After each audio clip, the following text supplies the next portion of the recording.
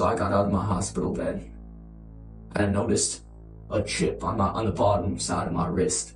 A chip, and what I assumed that chip was for monitoring my heart rate and all the other vitals.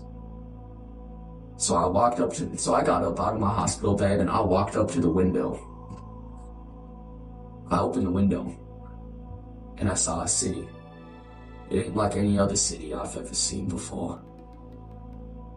This city was very large. I saw vehicles flying at the tops of the skyscrapers. I had to leave. I had to see what was going on. At this time, I began to accept my fate. I may never see my wife again.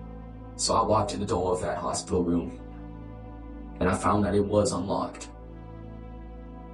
So I opened the door. I was still wearing the same exact clothes in which I was wearing in the year 1981. I walked out of that room and I walked down a long hallway. I noticed an elevator. And the elevator looked nearly the exact same as the elevators that you see today. The buttons maybe looked a little bit more futuristic.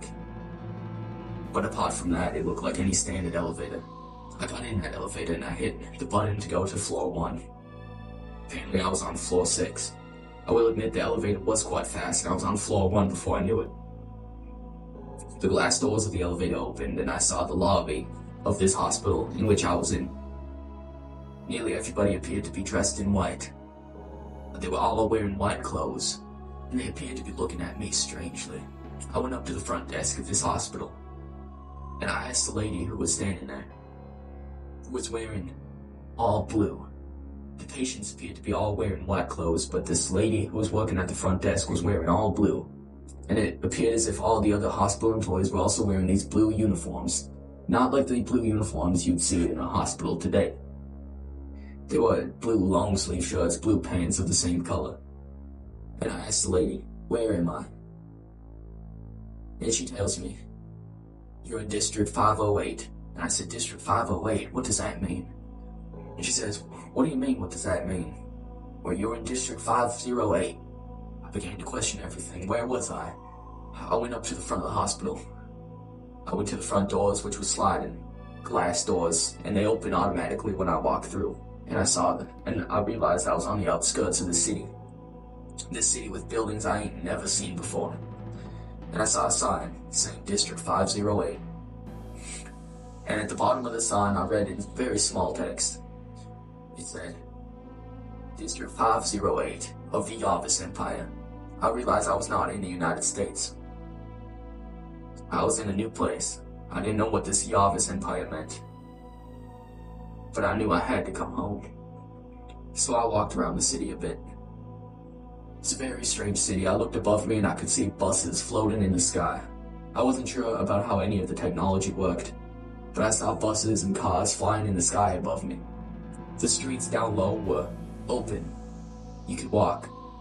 Anybody could walk, and it was full of pedestrians and people biking but there was no cars at the base level. All the cars and all the other transportation was above, going in between the skyscrapers. And much of the skyscrapers appeared to be made of glass. They were all very transparent. And they were all very tall, much taller than any skyscraper you'd see in New York. So I realized I was in the year 2118. In accordance to seeing people on these giant sidewalks or streets, I also saw robots. And such robots appeared to be floating a foot or two off the ground. And they appeared to look quite like humans, except they didn't have legs and they were floating up off the ground. I went up to a random man on the street. And I says to him, "You need to listen to me. I know you're not going to believe what I'm about to tell you, but I'm a time traveler." And he simply says to me, "Okay," as if he hears it every day. And I asks him,